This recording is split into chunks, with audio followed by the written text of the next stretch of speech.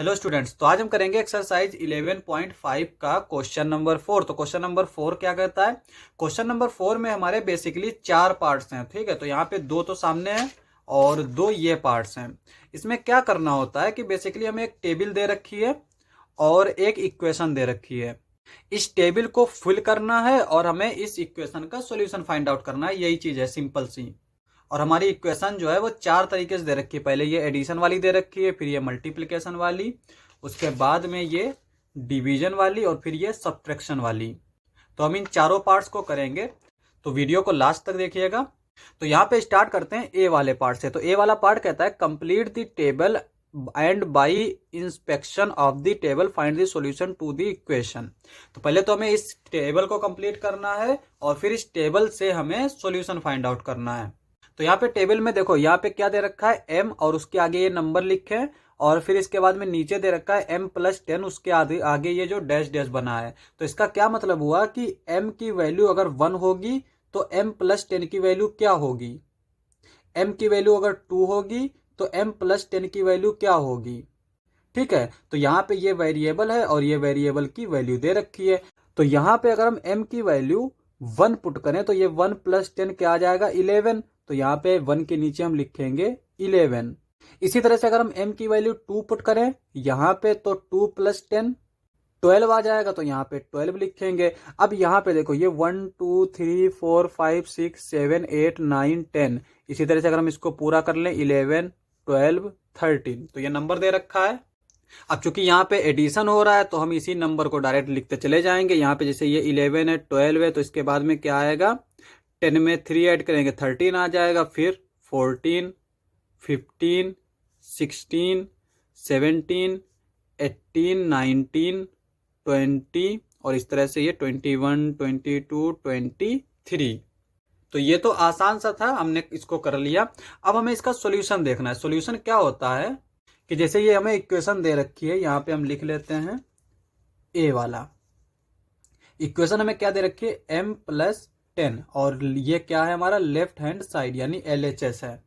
तो m की ऐसी वैल्यू जिसके लिए LHS जो है वो RHS के इक्वल आ जाए। RHS हमारा क्या है, 16। तो वही हमारा इसका सॉल्यूशन हो जाएगा। तो अगर हम यहाँ पे देखें m इज इक्वल टू, अगर हम 1 पुट कर रहे हैं तो क्या मिल रहा है, 11। 11 तो 16 के इक्वल है नहीं। फिर अगर 2 पुट कर रहे हैं m की वैल्यू तो 12 मिल रहा है। 12 भी 16 के इक्वल नहीं है। तो 16 के इक्वल कब आ रहा है, जब m इज इक्वल टू हम 6 पुट कर रहे हैं, यानी कि 6 जब पुट करेंगे तो ये 16 आ जाएगा। तो इसका मतलब ये हुआ कि for m is equal to 6, m is equal to 6 के लिए LHS इज इक्वल टू ये क्या आ जाएगा, 16, और ये हमारा 16 क्या है, RHS। तो m इज इक्वल टू 6 के लिए LHS और RHS दोनों इक्वल हो गए। तो यही हमारा सॉल्यूशन हो जाएगा। अब यहाँ पे हम बी वाला देख लेते हैं। तो बी वाला क्या दे रखा है, complete the table and by inspection of the table. पहले तो हमें टेबल कंप्लीट करना है और इस टेबल से हमें बताना है find the solution to the equation 5t + 35, और इसी इक्वेशन से हमें बताना है कि इस इक्वेशन का सॉल्यूशन क्या होगा। इस टेबल से हमें बताना है कि इस इक्वेशन का सॉल्यूशन क्या होगा। अब पहले तो हम टेबल को फिल कर लेते हैं। तो टेबल हमारी किस तरह से दे रखी है, 3 4 5 6 7 8 9 10 11, इसी को फुल कर लेते हैं, 12 13 14 15 और ये 16। अब यहाँ पे ये t दे रखा है, t की वैल्यू अगर 3 होगी तो 5t क्या आएगा, 5 × 3, और 5 3 ज़ा 15, तो ये आ जाएगा 15।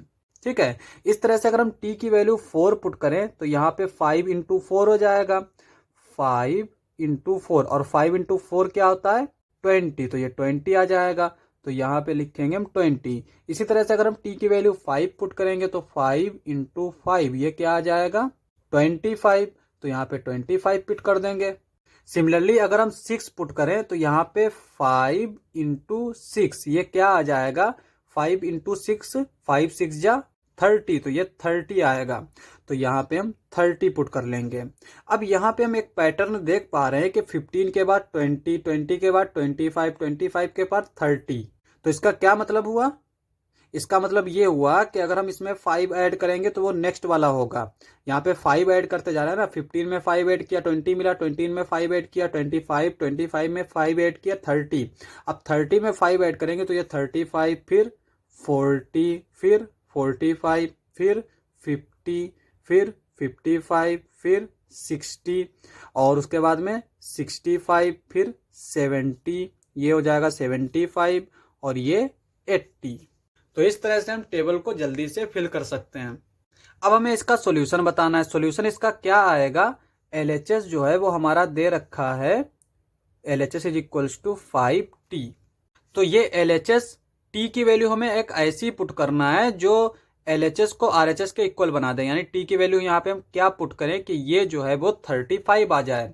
तो इसको हम देख लेते हैं, ये 35 कब आया था। यहाँ पे अगर हम देखें तो यहाँ पे ये 35 है। तो ये कब आया था, जब T इज इक्वल्स टू 7 था। तो यहाँ पे for T is equals to 7 LHS is equals to 5 into 7, ये आ जाएगा 7 5 जा 35, और ये हो गया RHS। तो LHS RHS इक्वल हो गए T इज इक्वल्स टू 7 के लिए। तो सॉल्यूशन क्या हो जाएगा, solution is T is equals to 7। तो ये हमारा सॉल्यूशन हो गया। तो B पार्ट भी खत्म हो गया। अब हम करते हैं C वाला पार्ट। तो यहाँ पे C वाला पार्ट हमें कैसे दे रखा है, complete the table and find the solution of the equation Z/3 is equals to 4 using the table. पहले तो हमें क्या करना है, इस टेबल को कंप्लीट करना है, उसके बाद में हमें इस इक्वेशन का सॉल्यूशन फाइंड आउट करना है इस टेबल का इस्तेमाल करके।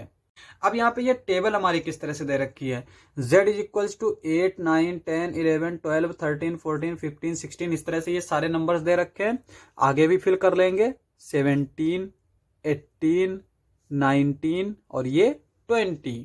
तो यहाँ पे ये Z/3 दे रखा है, और इसके आगे ये हमें हिंट 3 दे रखे हैं कि किस तरह से हमारे ये लिखे जाएंगे, क्योंकि यहाँ पे मिक्स्ड फ्रैक्शन में भी आएगा तो हम इसको मिक्स्ड फ्रैक्शन में भी लिखेंगे।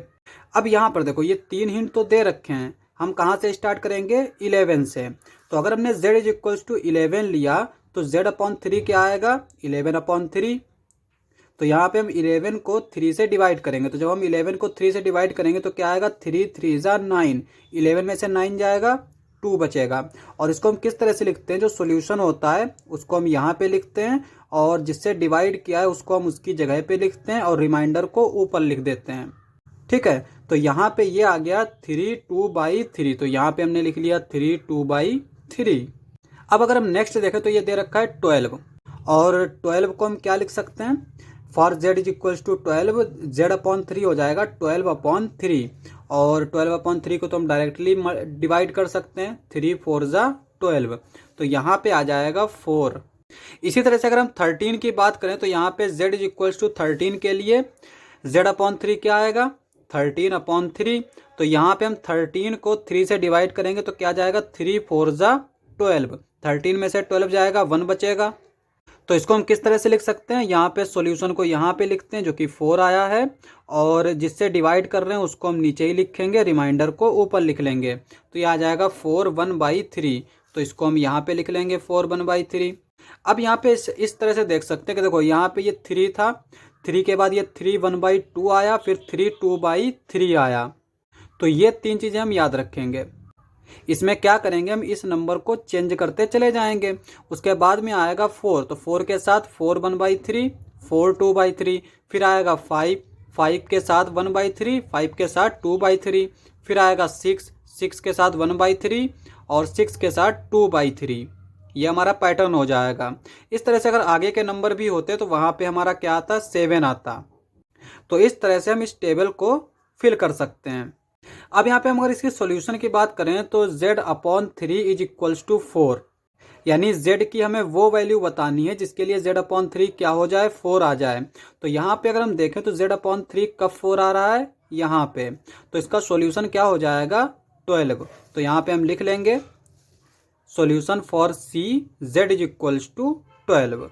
अब हम डी वाला पार्ट देख लेते हैं। तो डी वाला पार्ट क्या दे रखा है, complete the table and find the solution to the equation m - 7 is equals to 3 तो पहले हमें इस टेबल को कंप्लीट करना है। यहाँ पे ये सारी चीज़ें जो है हम पहले ही कर चुके हैं, क्योंकि जब मैं वीडियो बना रहा था तो वहाँ पे माइक जो है वो लगा नहीं था, तो इसलिए आवाज़ रिकॉर्ड नहीं हुई, तो इसलिए मैं दोबारा से यहाँ पे इसको रिकॉर्ड कर रहा हूँ। तो यहाँ पे हम इससे स्टार्ट करते हैं। देखो m इज इक्वल्स टू अगर 5 दे रखा है तो 5 माइनस 7, तो 5 माइनस 7 क्या आएगा, यहाँ पे देखो 5 माइनस 7 जो है वो माइनस का 2 आएगा। और इसी तरह से अगर हम m इज इक्वल्स टू 6 रखें तो यहाँ पे 6 माइनस 7, तो 6 माइनस 7 क्या आएगा, -1, तो यहाँ पे -1 हो जाएगा।